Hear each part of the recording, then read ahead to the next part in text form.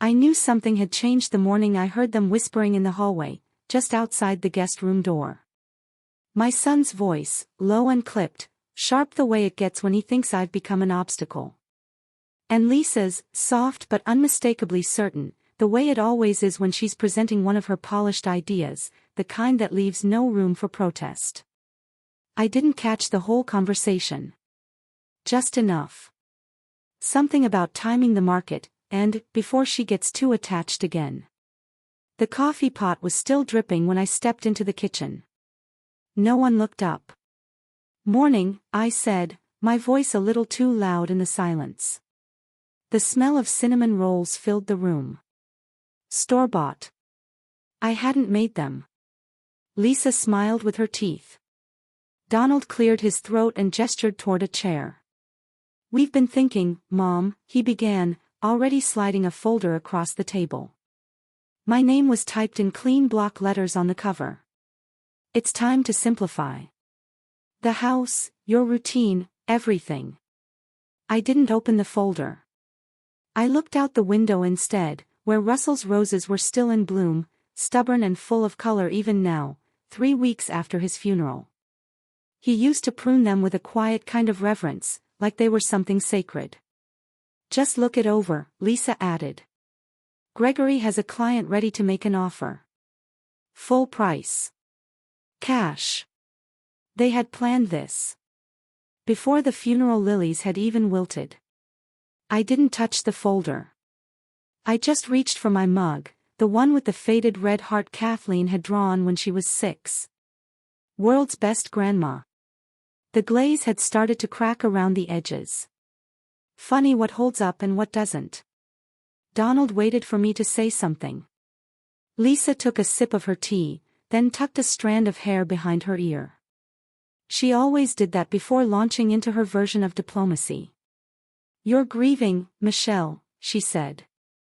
"We know that. Everyone grieves differently.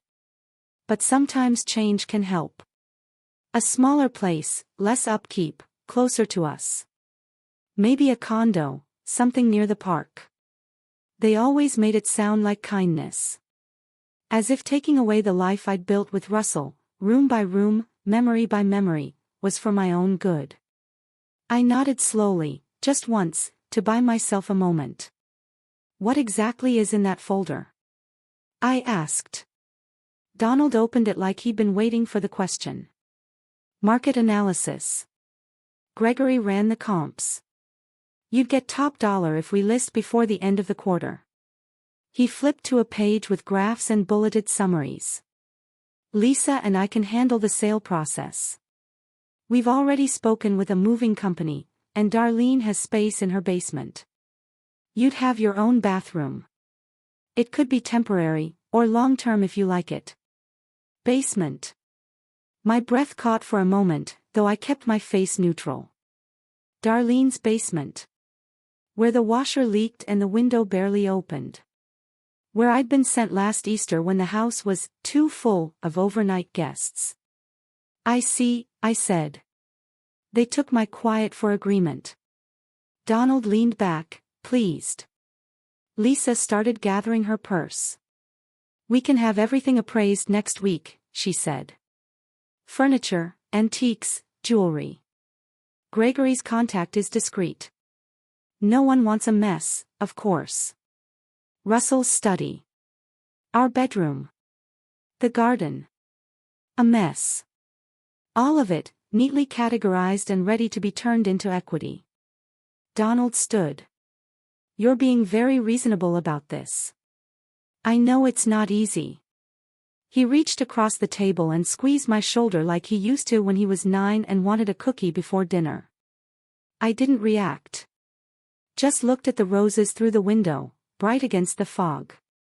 When they left, I sat at the table for a long time. The house was quiet again, but not peaceful. Still full of their voices, of decisions made in my absence. I picked up the folder. The numbers meant little to me. I'd never needed to know the square footage or current interest rates to understand the value of a home. The real kind of value. The kind measured in birthdays and Sunday mornings and quiet winter nights. And Russell. His shirt still hung in the closet. His slippers were under the bed. He'd built this house for us. Chosen every fixture, planted every tree. There was a reason he'd kept it in our names only, even after Donald became a lawyer and Darlene started managing client portfolios. I rose and went to the study. The desk still smelled faintly of pipe tobacco and cedar. The bottom drawer stuck slightly, it always had. Inside was the folder. Not the one with the sale papers and listing prices, but the one with our real plans. Russell had labeled it in his neat block letters, for Michelle, if needed. Inside were copies of our will, investment accounts, and a letter. Handwritten. Just a single sheet of thick paper, folded in thirds. My dearest Michelle. If you're reading this, then I'm gone. And I'm sorry, not just for leaving, but for what I know must be happening around you. They'll want the house. The land. Maybe more. I've seen the way they talk to you when they think you're not listening. Don't let them rush you. You don't owe them anything but the truth. And you know it better than anyone. The key is behind the photograph in the top drawer. I know you'll do the right thing, whatever that is. All my love. Russell. I read it twice, then again. My hands were shaking, but not from fear. I reached for the drawer, removed the old photo of us in Venice, he with his ridiculous wide-brimmed hat, me sunburned and laughing. The key was taped to the back, just like he said. It was for the lockbox in the attic. We'd kept it since our first apartment, back when we stored everything important in a shoebox under the bed. Now it was a fireproof case, tucked behind a stack of old linens. Inside, a second set of documents. A trust. Notarized. Dated just a year ago. It named me as sole executor of the estate. Gave me full control over the property and assets. The children were mentioned only in the final clause, to be notified upon the passing of both spouses, and not before. Not before. I sat back on my heels, the key still warm in my hand. Russell had seen this coming. Not the exact shape of it, perhaps, but the general decay. The slow unraveling of our family's intentions. He had known what they were capable of. What I had refused to see. Downstairs, the folder still sat on the table, glossy and self-assured. It promised simplicity. Efficiency. It promised to solve a problem that didn't exist. I left it there. That night, I didn't sleep. I walked through every room.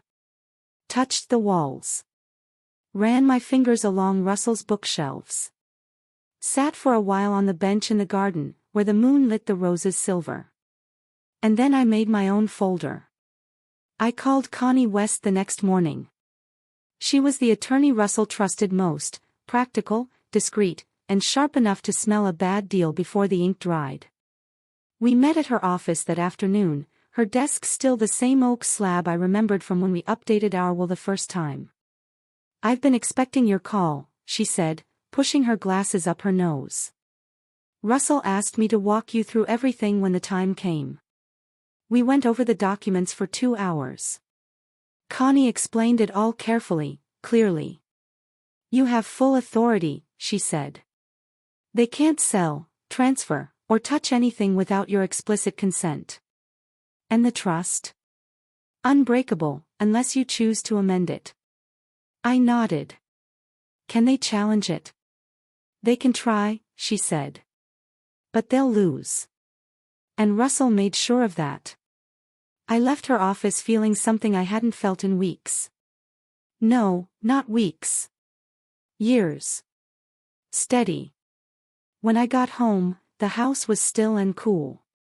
The light had changed. It poured through the kitchen window in long amber stripes. There was a voicemail on the answering machine. Donald's voice. Hey Mom, just checking in. We're thinking next Saturday for the appraiser. Hope that works. Let us know. I erased the message. The next day, I sent them an email. Not long. Just enough. Dear Donald and Lisa. After careful review, I've decided not to proceed with the sale of my home. Please cancel any pending appointments or agreements made without my consent. This house is not available for purchase. Thank you for your concern. Mom. No explanation. No apology. They replied within the hour. First Donald, then Lisa. The tone had changed. It wasn't concern anymore, it was confusion. Then disbelief. Then anger. I didn't answer. Instead, I went into Russell's study, sat at his desk, and picked up the letter again. I read the last line aloud this time. I know you'll do the right thing, whatever that is. I folded it carefully and placed it back in the envelope. Then I picked up the phone and called the property manager in Spain. Because what came next would be entirely up to me. The woman's name was Marta. Her voice was warm, lightly accented, and confident, like someone who'd spent her life speaking in kitchens. She answered on the second ring. Senora Lawson, she said.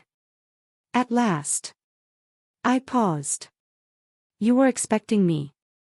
Marta laughed softly, not unkindly. Your husband told me you might call. Eventually.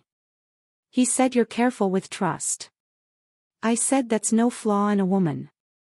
It startled something in me, that she spoke of Russell so casually, so naturally. As if they'd spoken often. As if they'd understood each other. I pictured him standing on a sunlit terrace somewhere I'd never seen, nodding to this woman as he handed her keys. He had planned for this. Marta explained the essentials.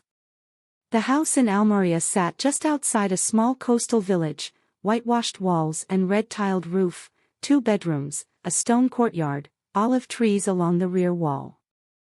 Russell had bought it 3 years before his diagnosis, quietly, under his own name, using dividends from an investment account I hadn't known about until I found the ledger in his desk drawer. The garden's in good shape, Marta said. I water twice weekly. I keep the pantry stocked. Neighbors are used to me coming and going. So the house hasn't been empty? I asked. Only of family, she said gently. Not of care. The call ended with a promise. I'd receive updated photographs within the week, and if I chose to visit, she'd prepare everything. I'll be coming, I said. Soon. And when I hung up, I didn't feel guilt. I felt possibility. That night, I didn't tell anyone.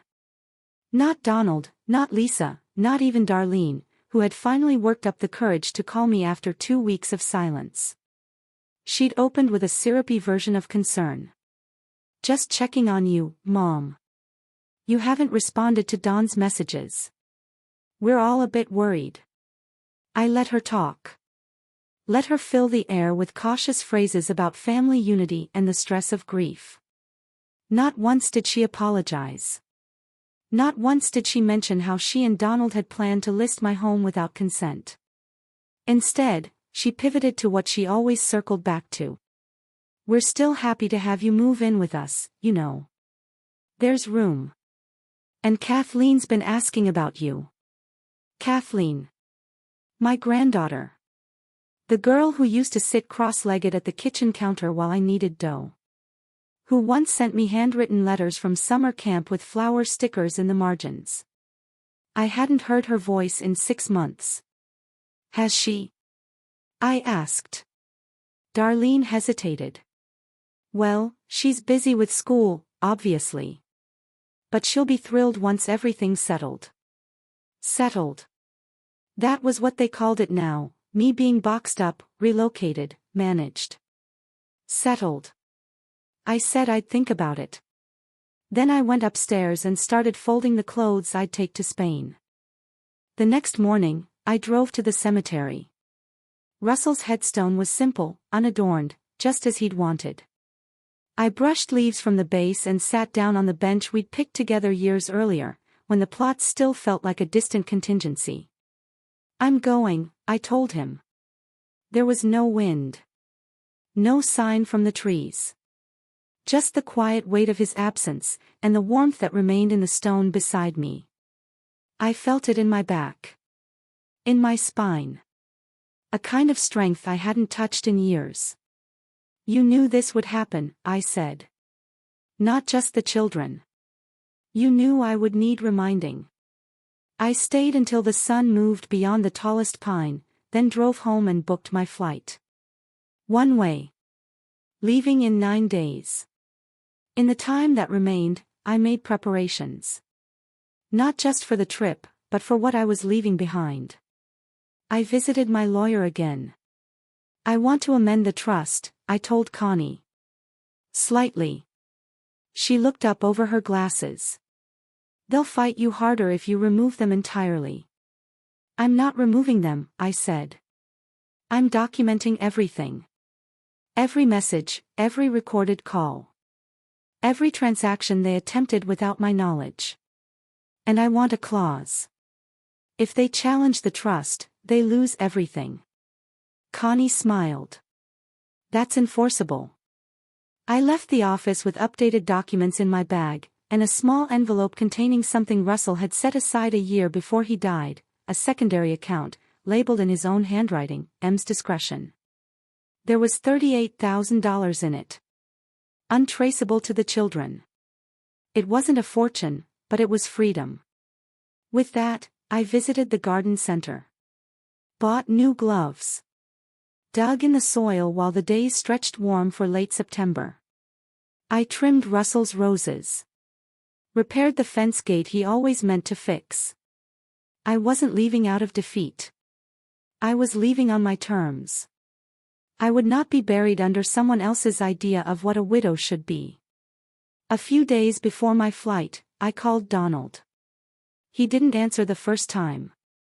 But he called back within the hour. "Hey, Mom." His voice was careful now, all softened edges. "Glad to hear from you. I got your email. It took us by surprise." "I'm sure it did. We just want what's best for you." "What you want," I said, "is control. You've wanted it since you were 17 and thought every problem could be solved with a spreadsheet." He laughed nervously. "That's not fair." "No," I agreed. "It's accurate." He was quiet for a while. Then, "Look. I know we got ahead of ourselves. But the house, it's a lot for one person." I let that hang in the air. Then I said, "I won't be living in the house much longer. But I also won't be handing it to you." He didn't respond right away. Then came the question I knew he'd been holding in. "So, where are you going?" "I don't think that concerns you." "Mom. You'll get a postcard. If I feel like sending one." And I ended the call. That night, Darlene texted me. A long paragraph full of guilt-laced pleasantries. At the bottom, a photo of Kathleen in her dorm room. "She misses you, you know." But I'd already packed away the photo albums. The memories were mine to keep. Not currency for apologies that came too late. The morning of my flight, I woke before dawn. Made a final round through the house. Whispered goodbye to rooms that had held entire chapters of my life. Then I locked the door behind me. At the airport, I didn't cry. I didn't waver. Spain was a new page. And for the first time in a very long time, I was the one holding the pen. I mailed one of the stories to a small publisher in Madrid. Marta had found my notebook one afternoon when she came early to water the plants. She asked what it was, and when I told her I'd been writing, she looked at me with that familiar sideways glance she used when she thought someone was hiding behind good manners. "You should send them somewhere," she said. "Women like us deserve to be read." I didn't expect anything to come of it. I wrote in the evenings mostly, after dinner, while the sun folded itself behind the olive trees and the walls of the house held the last of the day's heat. At first, I was only writing for myself, things I had thought but never said, memories I'd tucked away in drawers, half-truths that had settled into family stories because they were easier to carry that way. But once I mailed that first one, I realized how long it had been since I'd done something with no purpose but my own satisfaction. 3 weeks later, a letter arrived. Not a rejection, not quite an acceptance either, just a simple request. We'd like to see more. That was all. But it was enough to make me sit up straighter the next morning, to brew my coffee with a little more care, to reach for my pen without hesitation. I sent another piece. Then another. I didn't tell anyone. Not Marta, not the neighbors, not even Kathleen, though by then she'd written to me twice. I wanted to hold it close, at least for a while. Something that belonged to no one but me. By early April, I had a routine. Morning walks through the village, slow enough to greet the shopkeepers, quick enough to keep the joints from complaining. I stopped at the market on Thursdays. Marta joined me most weeks. She had a way of knowing which tomatoes would keep longest and which stalls sold cheese from the coast that didn't dry out too fast in the sun. We'd come back to the house and have lunch on the terrace, sometimes talking, sometimes just listening to the bees in the rosemary. The house had begun to feel like mine in small ways. The way the floor tiles warmed by noon. The stubborn kitchen drawer that always stuck halfway. The rain gutter that dripped no matter how often I cleared it. Russell had chosen this place without ever stepping foot in it. He'd relied on Marta's eye, on photos, on what he called a good feeling. At the time, I thought it was reckless. Now, I think maybe he knew something I didn't. On the bookshelf in the sitting room, I started arranging things, books I'd carried in my suitcase, a few trinkets I picked up at the Sunday market, a small ceramic bowl I found cracked and buried in a corner of the garden. I didn't fix it. I liked it better that way. One morning, I received a package. A slim white envelope tucked between ads and bills. Inside, a card with gold embossing from the publisher. They were releasing a quarterly collection of personal essays and had selected mine as the opening piece. No grand announcement. Just a polite paragraph and a contract. Still, I sat with it for a long time, running my fingers over the paper. Not because it made me feel like someone new, but because it reminded me of who I had been before I became everyone else's foundation. That same week, Kathleen wrote again. Her letter was different this time. Still sweet, still full of updates about her classes and her roommate's new haircut and the dog she'd been walking for extra money. But this one had a tone I hadn't heard before. Not a child reaching out for reassurance, but a young woman asking questions. She asked if I was happy. She asked if I ever thought about coming back. She asked if she could visit someday. I read it 3 times before answering. Then I sat at the kitchen table and wrote back with a pen I'd bought from the stationery shop on Calle Real. I told her I was well. That I'd found a rhythm here that suited me. That the mornings were quiet and the nights were long and the days in between didn't ask anything of me that I wasn't willing to give. I didn't say I missed her. I didn't ask about her mother. I didn't try to fix anything. I just told the truth. She wrote again in May. Said she'd read the essay. Said she cried in the library and had to pretend it was about something else. Said she was proud of me. That was the first time I cried since I'd arrived. Not a collapse. Not the kind of tears that demand comforting. Just quiet ones. The kind that come when someone sees you after you've been invisible for too long. Marta noticed. She didn't say anything about it, but the next morning she brought a lemon cake wrapped in a towel and said we should eat it before the heat got to it. We sat on the terrace and said nothing at all, and it was exactly what I needed. The garden began to take shape by early summer. The lavender I planted behind the terrace held on despite the dryness. The rosemary grew fast, tangled and wild. I didn't prune it. Let it grow as it pleased. The roses surprised me, more delicate than Russell's, smaller blooms, but persistent. I found myself talking to them without realizing it. Not out of loneliness. Just habit. Back in Oregon, I imagined the house had settled into its own silence. The new caretaker, a woman named Georgia, sent updates once a month. The mail had been forwarded. The pipes had been winterized. A branch had fallen near the shed and been cleared. Nothing urgent. Nothing broken. There was no word from Donald. Or Lisa. Or Darlene. I didn't expect any. When I first arrived here, I thought I'd spend a year. Maybe 2. Let the dust settle. Find my footing. But something changed. The longer I stayed, the less I felt the pull to return. There wasn't a single moment when I decided not to go back. It was more like waking up one day and realizing I already lived here. That going back wouldn't be returning. It would be starting over in a place that had moved on without me. And I wasn't angry about that. Not anymore. They had their lives. They made their choices. And I made mine. In early July, Marta brought me a letter with American postage and no return address. The handwriting was Donald's. It was short. Just a few lines. We found out about the publisher. Congratulations. I suppose you don't need anything from us anymore. Hope you're well. There was no warmth in it. No question. But for the first time in years, I didn't feel pulled in by his voice. I didn't feel responsible for his tone, or for his disappointment, or for the idea that he believed I owed him something more than what I had already given. I didn't write back. Not because I wanted to punish him.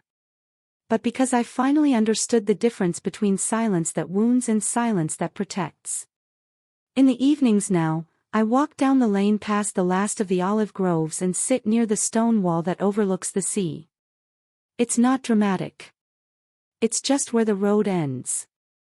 There's a small wooden bench, a little splintered, and the wind is often too strong to sit for long, but I go anyway. I watch the boats. I count the time by the sun's movement across the rocks. It's a quiet life. But it's not a lonely one. And that's what makes all the difference. By late August, I'd grown used to the pace of things.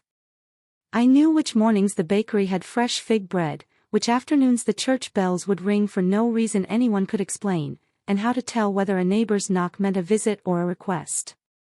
It wasn't a complicated life, but it was mine, and I guarded it carefully. Kathleen emailed again. Not a letter this time, just a short note to say she was thinking of booking a trip. She wanted to ask if I'd be open to her visiting in the fall. I stared at the message for a while before answering. I didn't hesitate because I didn't want to see her, I did. But I wanted to be clear about what she was walking into. So I wrote back, yes, you're welcome. You always have been. But if you come, come as yourself. Not as anyone's messenger. I'm not interested in mending what others haven't tried to repair. She replied the next day. Understood. I just want to see you. That was enough. I started preparing the guest room in early September. The windows hadn't been opened in months, and the mattress was still covered in the original plastic. Russell had ordered it before he passed, in case we had company someday. He'd meant friends, maybe a couple we'd meet at a cafe or a bookstore, people who liked quiet walks and long afternoons. We never got around to hosting. But the bed had waited all the same. I aired out the linens, scrubbed the windowsills, rearranged the furniture so it felt less like a spare space and more like a welcome one. I didn't buy anything new. Just used what I had. That felt right. The day before her flight, she sent me her itinerary. She was traveling light. Just a carry-on. 2 weeks. I don't want to overstay, she wrote. I know this isn't a vacation spot for you." When she arrived, I almost didn't recognize her. Not because she looked different, she still had that soft brown hair and those big, expressive eyes, but because she carried herself differently. Like someone who'd begun asking her own questions. Like someone who'd stopped waiting for permission. We hugged. Neither of us cried. She looked around the house, taking in the stone floors and thick walls, the soft curtains and old wood furniture. "It's not what I pictured," she said. "What did you picture?" "I don't know. Something more dramatic, I guess. Something that looked like a statement." I nodded. This wasn't a declaration. It was a decision. We spent the first few days quietly. Walks to the market, shared meals, long afternoons on the terrace. She asked questions, but not too many. She didn't press. When I spoke about Russell, she listened. When I didn't mention her mother or uncles, she didn't try to fill the space. It was on the 5th day that she brought up the house back in Oregon. "I drove by this summer," she said. "With a friend. Just curiosity." I didn't answer right away. I poured more tea, set the pot down carefully. "It looked the same," she went on. "But it didn't feel the same. I guess because you weren't in it." I looked at her then. Really looked. She wasn't just visiting. She was searching. For something solid to hold on to, maybe. Or maybe just for someone who wouldn't try to sell her an answer. "I didn't leave because I hated them," I said.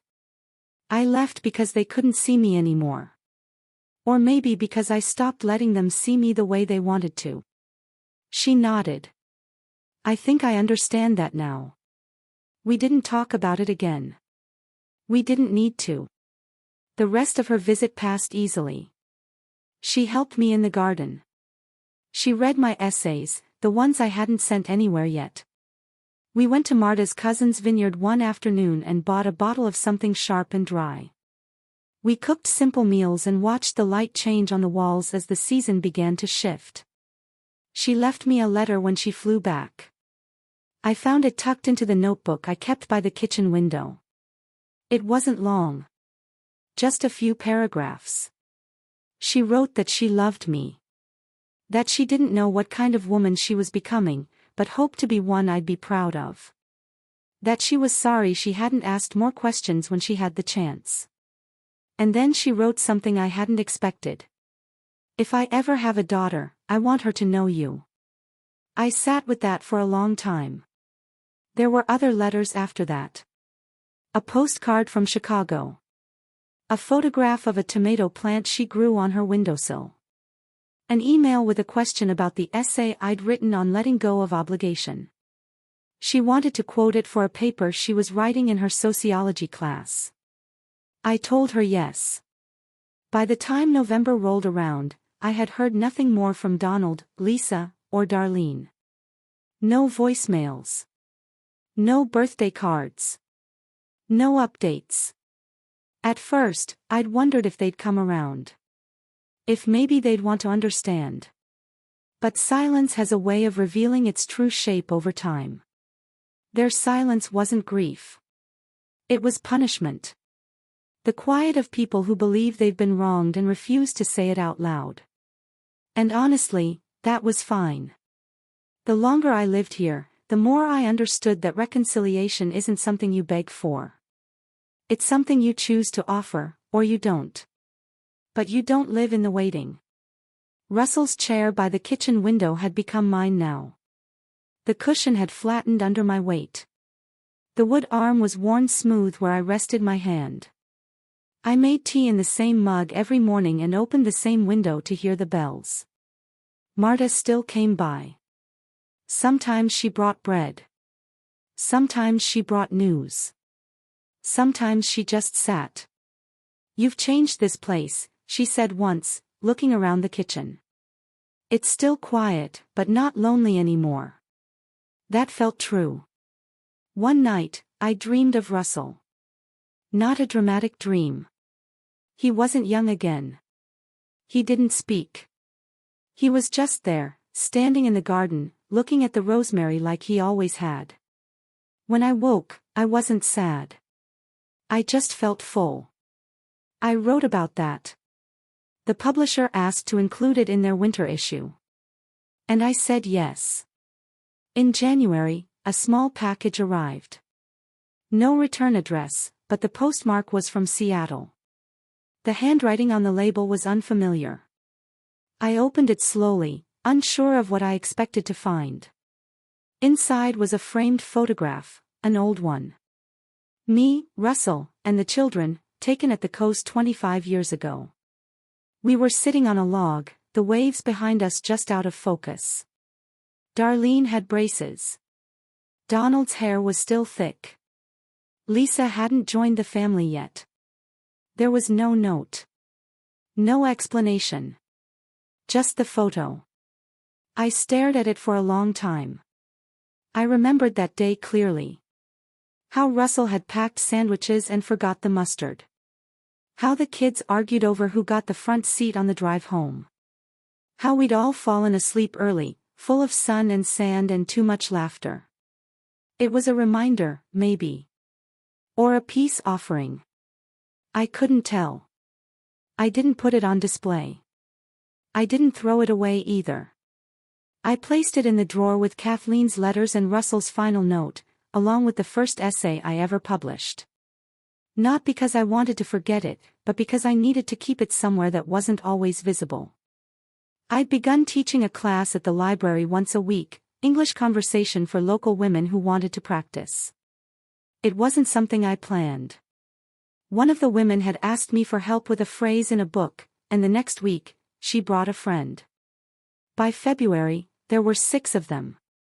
Marta came too, not to learn, but to translate when necessary and make sure no one got left behind. They brought food. I brought notebooks. We sat in the back room near the radiator, the windows always fogged from our breath, the air thick with the scent of orange blossom and garlic from someone's homemade lunch. We laughed more than we studied, but they kept coming. I didn't think of it as work. I thought of it as being useful again in a way that didn't drain me. In a way that didn't erase me. In March, Kathleen wrote to say she'd been offered an internship in Barcelona. A semester abroad. She wanted to know if she could come see me again before it started. Just a few days, she said. She didn't want to be a burden. You've never been a burden, I told her on the phone when she called the following week. Her voice was steadier now. A little more grown. I'm still figuring things out, she said. You should be, I said. That's what your 20s are for. The figuring out, not the pretending. She laughed. I'm glad you're still you, Grandma. That took me by surprise. I hadn't realized I was worried she wouldn't recognize me anymore. She arrived the day before Easter. This time, she came with a small suitcase and a bottle of wine from a shop she'd found in Madrid during a layover. I don't know if it's any good, she said, but the label was pretty. It was terrible wine. We drank it anyway. We talked more that week than we had in years. She told me about a professor who'd pushed her to question her assumptions, about a roommate who hoarded tea bags and read tarot in the dark. She said she wasn't sure what she wanted to do after school. Don't decide too fast, I said. It's a trick we play on young people. Forcing them to choose before they know who they are. She smiled. And what if I never figure it out? You will. Or you won't. But it'll still be your life. Not someone else's plan. On her last night, we sat out on the terrace. The stars were faint, the moon full. She leaned her head on my shoulder. Do you ever regret it? She asked. Regret what? Leaving everything behind. I didn't answer right away. I looked out over the fields, the olive trees still as stone. I didn't leave everything, I said. I left what was already gone. I just didn't know it yet. She nodded. I think I understand that now. Before she left, she gave me a slip of paper with her new address in Spain, just in case. I didn't ask what "just in case" meant. I just tucked it in my notebook. When I returned home from the train station, Marta was waiting on the steps. She had a basket with fresh bread and a wedge of soft cheese wrapped in cloth. "How was she?" she asked. "She's good," I said. "Better than I expected." "She'll be back," Marta said. Young women always return to the place that first lets them breathe. I smiled. "Did you?" She shrugged. "Eventually." Later that week, I received a letter from Georgia, the caretaker in Oregon. She wrote updates every month, but this one was longer. She said someone had come by the house, Darlene. She hadn't tried to enter, just walked the perimeter, stood for a while near the garden gate, then drove off. Georgia said she looked tired. She seemed like someone who didn't know what to do with silence, the letter said. I didn't respond. There was nothing to say. In April, the publisher invited me to speak at a small conference in Granada. Nothing formal, just a panel of older women writers discussing memory and motherhood. They offered to cover travel and a modest stipend. I said yes. It wasn't about the recognition. It was about being part of a conversation where I wasn't the listener, the caretaker, the retired wife of a respected man. I spoke on the second day. Read from a piece I'd written that winter about grief and reinvention and the quiet kind of strength it takes to walk away from people you still love. The room was full. Mostly women. A few tears. Afterwards, one woman came up to me and said, "Thank you for telling the truth out loud." That was enough. I came home to a kitchen full of sunlight and a stack of mail on the table. Among the bills and advertisements was a small card. Plain white envelope. No stamp. Just my name in careful script. Inside was a note. "If you ever wanted to talk, I'd listen." No signature. But I knew the handwriting. I placed the card with the others. Russell's letter. Kathleen's first. The photo from the coast. I didn't feel sad. I didn't feel angry. Just still. I went outside and pruned the rosemary. Tomorrow I'd plant tomatoes. There was always more to tend to. In May, the library class moved outside. The back garden had a few benches under olive trees, and Marta claimed the sun helped people learn faster. I wasn't convinced of that, but no one argued. The women brought sun hats and thermoses of sweetened tea. Sometimes a husband came along and waited in the car. Other times, children sat cross-legged in the grass, drawing in notebooks while their mothers practiced tenses. We were in the middle of a lesson, something simple about directions, how to ask for a street or a bus, when one of the newer women, Luz, asked me if I missed America. It wasn't the first time someone had asked. But she said it differently. Not out of curiosity, but with a kind of caution, like she knew there were parts of the answer I might not want to share. "I miss the people I used to be close to," I said. "I miss some places. But not the version of me that lived there." The women nodded. That answer made sense to them. Most of them had lived in more than one life. Later that afternoon, I found a letter waiting by the door. No envelope this time, just a folded page, hand-delivered, creased once down the middle. It was from Darlene. She was in Spain, she said. Not far. Not on purpose, it was part of a work trip. But she knew I was somewhere nearby. She didn't want to disrupt anything. She just wanted to say she'd been thinking. There was no apology. No request to meet. Just the facts, written plainly. I read it twice, then placed it on the counter and made tea. I didn't decide anything right away. That night, I couldn't sleep. I got up and stood by the window, the street quiet, the only sound the occasional bark of a dog far down the hill. I thought about the last time I'd seen her, her face in my kitchen, offering a basement and a plan already in motion. I remembered the way she looked at me like I was already part of the past. I didn't feel angry anymore.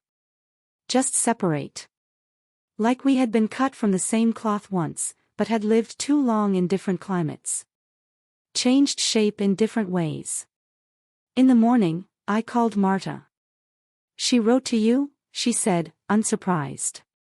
She's nearby. Will you see her? I don't know yet. Marta didn't push.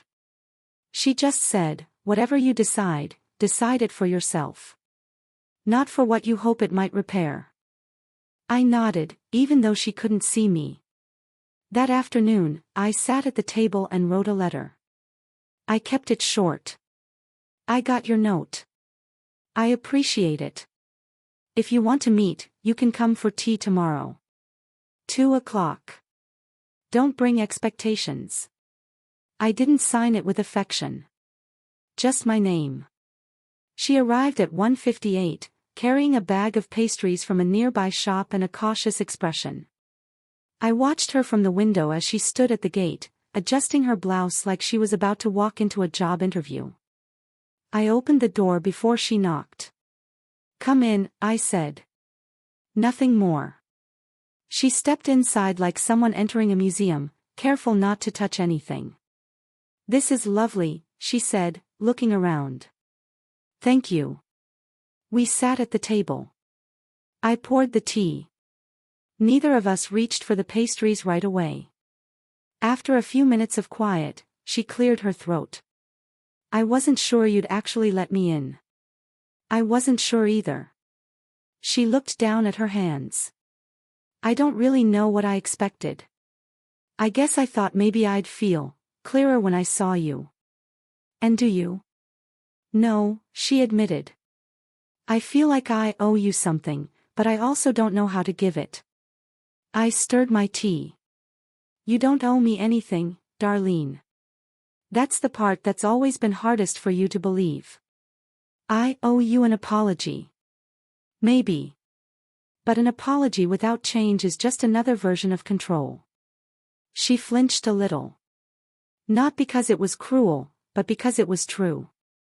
I came because I wanted you to know I've been thinking about things. Not just the house. Everything. The way we spoke to you.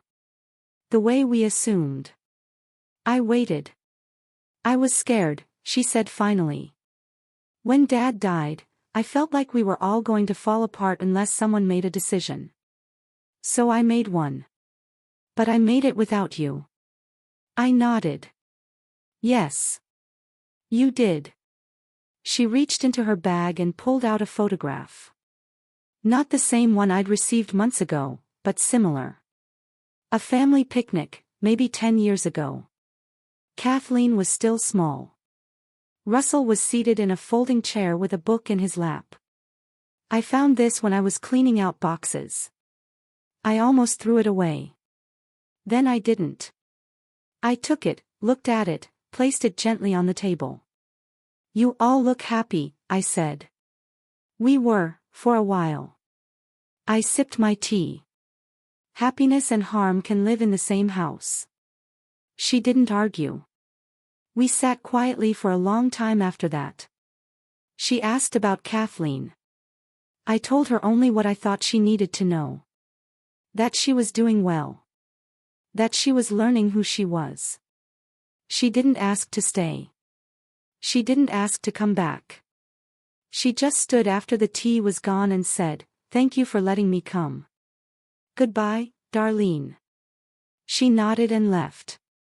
After she was gone, I folded the photo and placed it with the others. Not because I was sentimental. Because I believe in keeping records.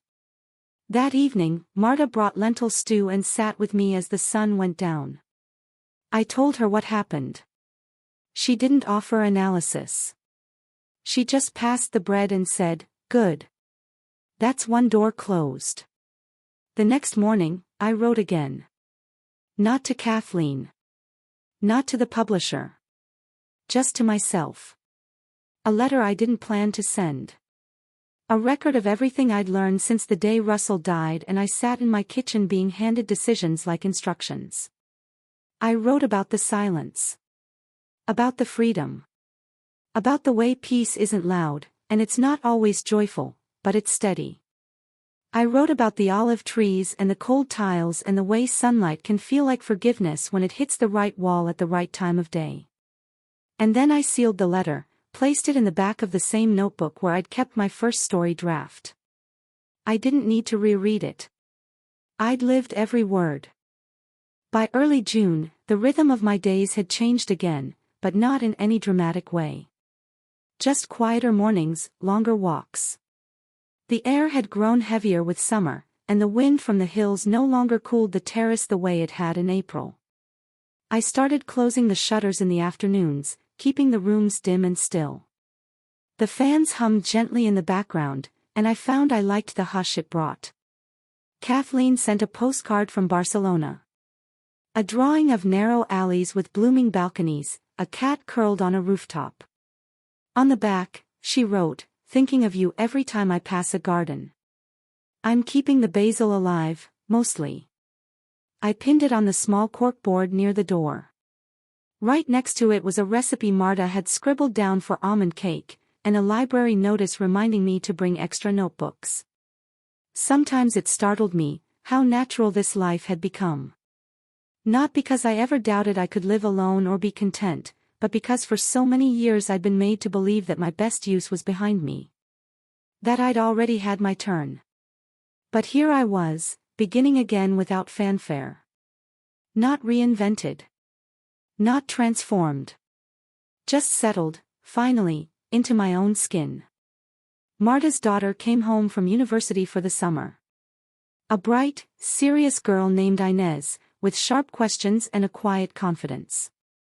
She joined our language group once, just to observe, but stayed the whole session and corrected my grammar at one point with such politeness I couldn't even be annoyed.